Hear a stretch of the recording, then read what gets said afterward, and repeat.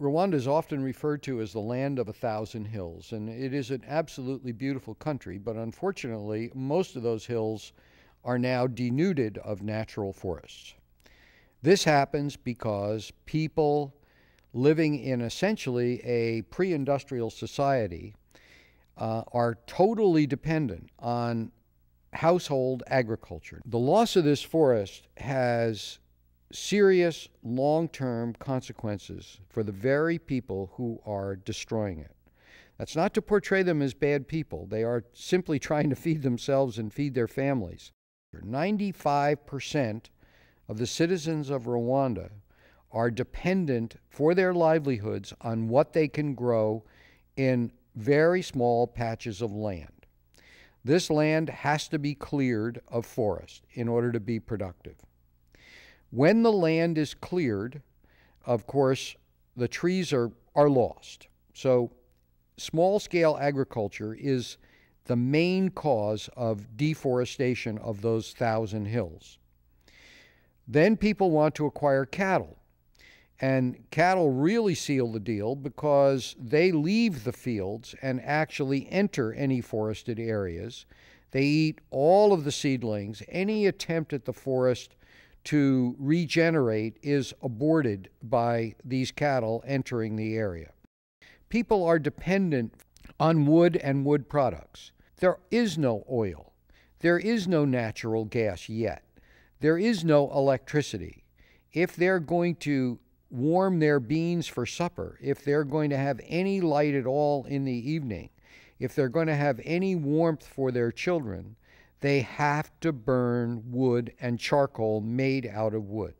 All of these pressures combine to dramatically and rapidly reduce the amount of native forest cover in Rwanda and, of course, elsewhere around the world.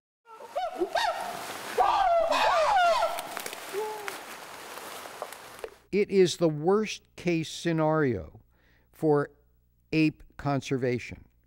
It is an Alamo, a last chance for 14 chimpanzees surrounded by 400,000 hungry people. It doesn't get worse than that. If we can save these chimpanzees, apes and other primates and other endangered species can be saved anywhere in the world. We realize we cannot save chimpanzees without helping people, and we can't help people without saving chimpanzees. So what that means is, if we want a long-term sustainable solution and help Gishwati forests grow and help their chimpanzee population increase, we're also going to have to improve people's social status and economic livelihoods. Otherwise, they're going to continue to turn to the existing forest for some sort of sustenance.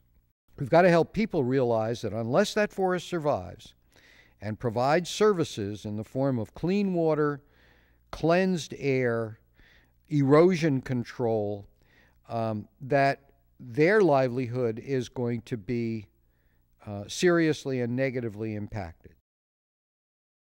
Our goal is not only to grow the Gishwati forest, but to grow it in a particular direction so that it will ultimately connect with another large forest with chimpanzees that is about 30 miles away.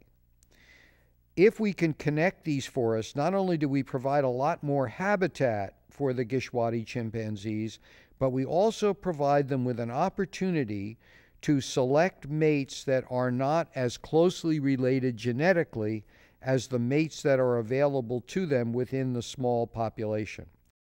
The effects of deforestation are not just some abstract value that we put on the biodiversity, we being in the developed world, but in fact, the detrimental and deleterious effects of deforestation are now being felt on a daily basis by the citizens closest to those forests.